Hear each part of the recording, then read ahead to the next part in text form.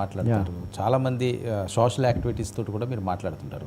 ఆంధ్రప్రదేశ్లో ఈ అరెస్టులు, ఇదిగో వీళ్ళు అరెస్ట్ వాళ్ళు అరెస్తుంది, ఈ ప్రచారం అది నెగిటివ్ అవుతుందా పాజిటివ్ అవుతుందా సార్ ప్రభుత్వానికి? మీకు ఖచ్చితంగా అది అంత పాజిటివ్గా ఏమీ రావట్లేదు. అంటే సానుకూల ముద్ర వచ్చే కంటే ఎవరో కొంతమంది వీరశైవులైన వాళ్ళు మనం వెనకబడిపోతున్నాము, మనం దెబ్బతింటున్నాము అంటున్నారు కాబట్టి వాళ్ళని సంతృప్తి పరచడం కోసం అవసరాన్ని మించి అరెస్టులు చేయొచ్చు.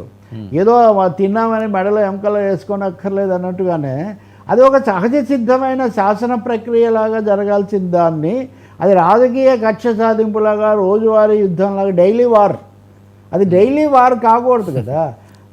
పాలిటిక్స్లో డైలీ వార్ లాగా మారిపోయి ఇదేదో రాజకీయంగా సవాళ్ళు, ప్రతి సవాళ్ళు, ఈ లోపల ఎందుకు అరెస్ట్ చేయలేదు, అసలు ఐఏఎస్లోనే ఆయన ఉండకూడదు ఈయన ఉండకూడదు అని చెప్పి ఈ వాతావరణాన్ని టీడీపీని బలంగా బలపరిచిన మీడియా కూడా బలంగా విమర్శించింది.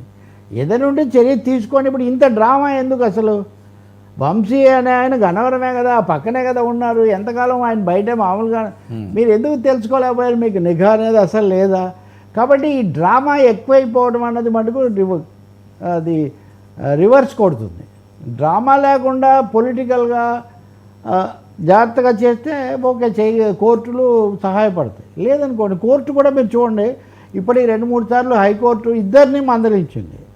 మీరేంటి మాటికి మా మాటలు ఏం వినరా, చెప్పా పెట్టకుండా తీసిపోతారా, వాళ్ళని చూపించరా, ప్రొడ్యూస్ చేయరా అని ఆ రమణ అనే ఆయన కేసులో హైకోర్టు వీళ్ళని కూడా, ఇప్పుడు ఉదాహరణకు సజ్జల భార్గవ ఇది వచ్చినప్పుడు మీరు ఇష్టానుసారం మీరు పోస్టులు పెట్టేసి మాట్లాడకూడదంటే ఎట్లా కుదురుతుంది అని. కాబట్టి యాక్షన్కు వైసీపీ సిద్ధపడాలి, ఏం యాక్షన్ అనేది కోర్టుల ద్వారా.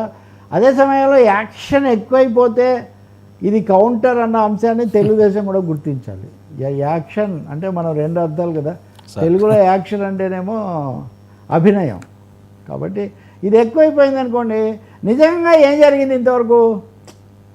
పేర్ని నాని కేసు అక్కడెక్కడ ఒక్క విజయసాయిరెడ్డి మటుకు యూటర్న్ కొట్టి తన తీసుకునే వాళ్ళకి ఇచ్చేసి ఈ శిబిరంలో చేరాడు.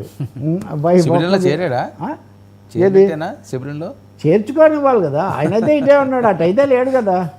క్యాంప్ అయితే మార్చాడు, ఏ గట్టును ఉంటాడు, ఏ గట్టు ఆ గట్టును లేడు ఈ ప్రస్తుతానికి.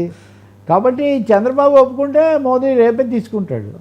అలాంటి అప్లికేషన్లు ఒక 1/2 దాకా పెండింగ్లో ఉన్నాయి. మీరు అన్నారు కాబట్టి చాలా పేర్లు ఇవన్నీ కూడా మీరు చెప్పారు కదా. నిజంగా చెప్పాలంటే రాజకీయాల్లోనే కాకుండా మీడియా రంగంలో కూడా ఈ మార్పులు చేర్పులు జరుగుతున్నాయి. చాలా ముఖ్యమైన వ్యక్తులు, ప్రజలకు తెలిసిన ఫేస్లు, స్టార్ యాంకర్లు, స్టార్ కామెంటేటర్లను కూడా అటు ఇటు మార్చుకోవడం. ఇక్కడ మీరు విజయసాయిరెడ్డి మీడియా పెడతానని చెప్పింది కూడా మీరు గుర్తుపెట్టుకోవచ్చు. కాబట్టి ఒక విధంగా పాలిటిక్స్లోనే కాకుండా మీడియాలో కూడా రీపోలరైజేషన్, మళ్ళీ ఒక పునఃసమీకరణ జరుగుతున్న సంకేతాలు స్పష్టంగా కనిపిస్తున్నాయి. సో వెరసి ఆంధ్రప్రదేశ్ రాజకీయాలు, కొంతవరకు తెలంగాణ రాజకీయాలు కూడా అనేక మార్పులు, ఆసక్తికరమైన మార్పులు, మలుపు ట్విస్టులు చూడబోతున్నాయని మటుకు మనం చెప్పొచ్చు. ఈ అసెంబ్లీ సమావేశాల్లో దానికి సంబంధించి కొన్ని సంకేతాలు కూడా మనకు రావచ్చు. సరే ఏంటి మోహన్ లాల్పై ఆర్జీవీ ఇక్కడ ఇప్పుడు వంశీ వీళ్ళందరి గురించి అంటే సరే, వర్మ పీడిఎఫ్ లక్ష్మణ్ రావు ఉన్నాడు, 4 సార్లు పోటీ చేసి 3 సార్లు గెలిచాడు. ఆయన మీద వేరే ఆరోపణలు ఏం లేవు. ఎప్పుడు ఉపాధ్యాయులు, విద్యార్థులు, సమస్యలు, రాజ్యాంగం, ఆయన కోచ్ కూడా, ఆయన కోచింగ్ కూడా ఇస్తారు చక్కగా, జీకే దీంట్లో మంచి టీచరు. ఇవన్నీ ఆయన జగన్ కాళ్ళు పట్టుకున్నాడు అని ఒక వీడియో విడుదల చేశారు. ఆ విడుదల చేసిన నిజంగా నేను చెప్పగలను, ఒక వామపక్ష భావాలు కూడా తెలిసిన వ్యక్తిగా, లక్ష్మణ్ రావే కాదు, ఏ వామపక్షవాది ఏనాడు ఎవడి కాళ్ళు పట్టుకోడు. మన వీడియో ఎవడి ఖచ్చితంగా ఫేక్ అది. ఇప్పుడు మీరు వచ్చి నాకేదో ఇస్తున్నారు, అక్కడ నేను వంగబోతుంటే వద్దండి అని మీరు అంటారు.